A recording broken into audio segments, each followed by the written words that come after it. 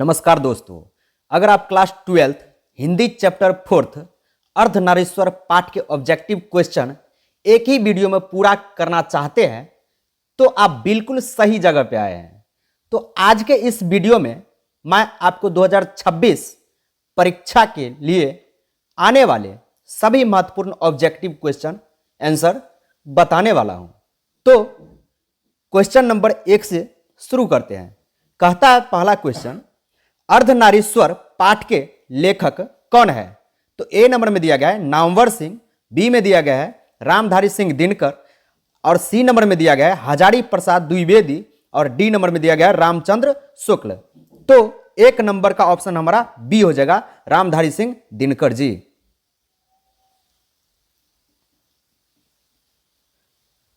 दो नंबर में दिया गया है रामधारी सिंह दिनकर जी की रचना कौन सी है? उसने कहा था, जूठन, तिरिछ और अर्धनारीश्वर। तो 2 नंबर का ऑप्शन हमारा डी हो जाएगा, अर्धनारीश्वर। दिनकर जी का जन्म बिहार के किस जिले में हुआ था? समस्तीपुर, बेगूसराय, पटना, भोजपुर। तो 3 नंबर का ऑप्शन बी हो जाएगा, बेगूसराय।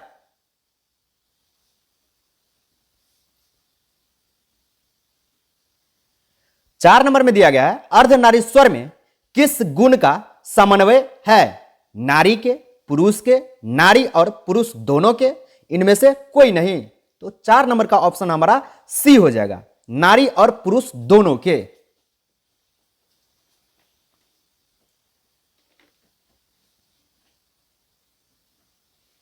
पांच नंबर में दिया गया है दिनकर जी की पहली काव्य पुस्तक कौन सी है?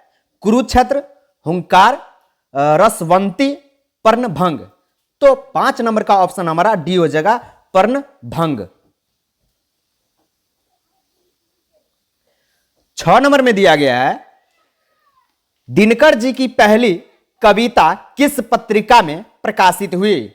छात्र, सहोदर, छात्र पत्रिका, छात्र मित्र, इनमें से कोई नहीं। तो 6 नंबर का ऑप्शन हमारा ए हो जाएगा, छात्र सहोदर।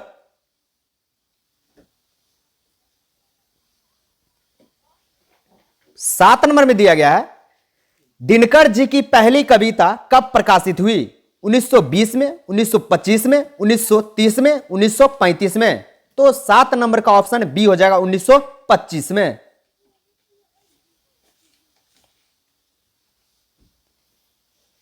8 नंबर में दिया गया है दिनकर जी के अनुसार यदि पति विचार है तो पत्नी क्या है? तो बुद्धि, समझ, भावना, इनमें से कोई नहीं। तो 8 नंबर का ऑप्शन हमारा सी हो जाएगा, भावना।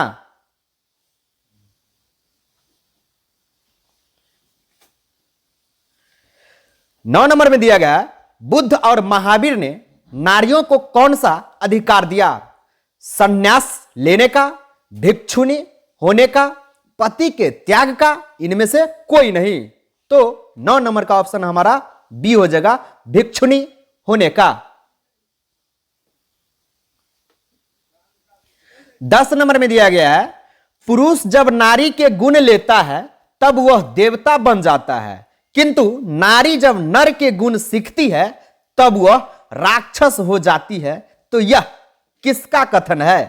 तो दिनकर जी का, रविंद्रनाथ का, प्रेमचंद्र का, इनमें से कोई नहीं। तो 10 नंबर का ऑप्शन हमारा सी हो जाएगा, प्रेमचंद्र जी का। मेरे भाई इसी तरह वीडियो में बने रहिए। तो 11 नंबर में दिया गया है जो अर्धनारीश्वर का किस विद्या से संबंध है? तो निबंध से, कहानी से, एकांकी से, व्यंग से। तो 11 नंबर का ऑप्शन सी हो जाएगा, एकांकी से।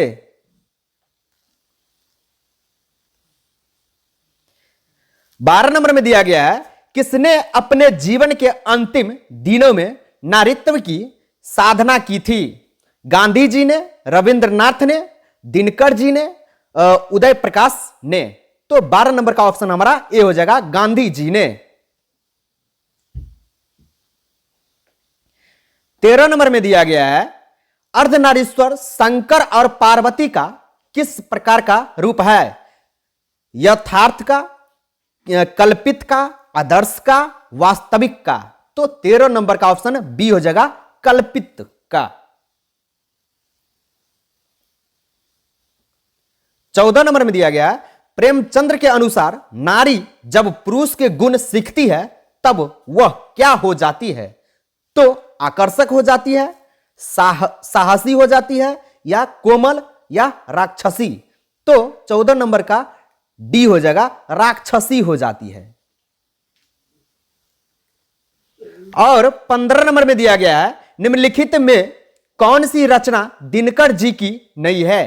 उर्वशी, रसिम, रथी, जूठन, कुरुक्षेत्र।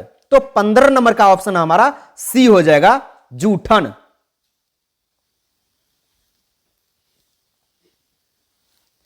16 नंबर में दिया गया है, निम्नलिखित में कौन सी रचना दिनकर जी की है?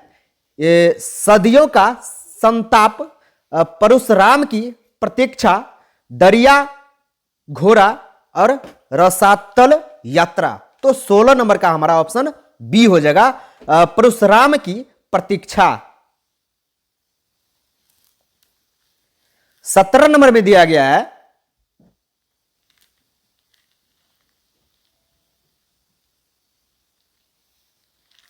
दिनकर को किस कीर्ति पर भारतीय ज्ञानपीठ पुरस्कार प्राप्त हुआ?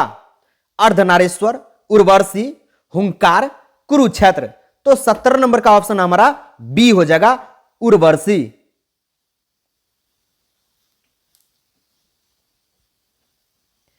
18 नंबर में दिया गया है, युद्ध और शांति की समस्या पर लिखी गई काव्य कीर्ति है? नील कुसुम, कुरुक्षेत्र, द्वंद्व, गीत और रश्मि रथी। तो 18 नंबर का ऑप्शन हमारा बी हो जाएगा, कुरुक्षेत्र।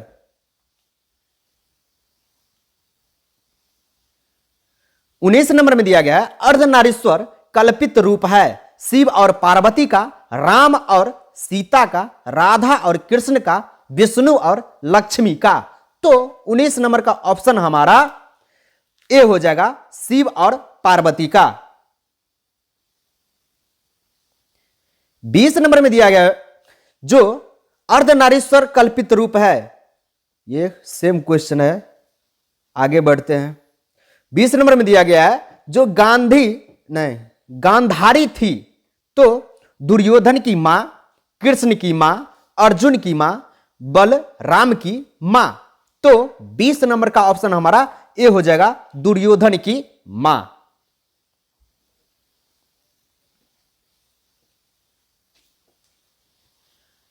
इक्कीस नंबर में दिया गया है, प्रेमचंद्र थे गीतकार, कथाकार, फिल्मकार, संगीतकार।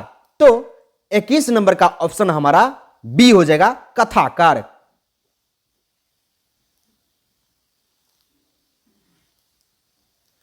बाईस नंबर में दिया गया है, दिनकर का जन्म कब हुआ था? 23 सितंबर 1908 को, 22 सितंबर 1912 को, 28 सितंबर 1911 को, 25 सितंबर 1913 को।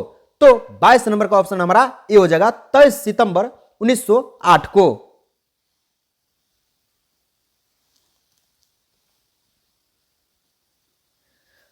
23 नंबर में दिया गया है, दिनकर किस युग के कवि है? भारतेंदु युग के, छायावादी युग के, छायावादोत्तर युग के, नव काव्यान्दोलन युग के। तो 23 नंबर का ऑप्शन हमारा सी हो जाएगा, छायावादोत्तर युग के। 24 नंबर में दिया गया है, संस्कृति के 4 अध्याय किसकी कीर्ति है? गुलाबदास की, हजारी प्रसाद द्विवेदी की, आचार्य सीताराम चतुर्वेदी की, रामधारी सिंह दिनकर जी की। तो 24 नंबर का ऑप्शन हमारा डी हो जाएगा, रामधारी सिंह दिनकर जी की।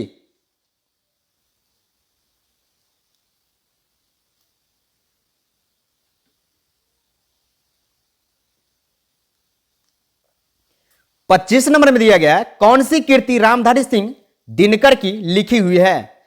शुद्ध कविता की खोज, पुनर्नवा, और सी नंबर में दिया गया है, स्मृति की रेखाएं, कविता के नए प्रतिमा। तो 25 नंबर का ऑप्शन हमारा ए हो जाएगा शुद्ध कविता के खोज।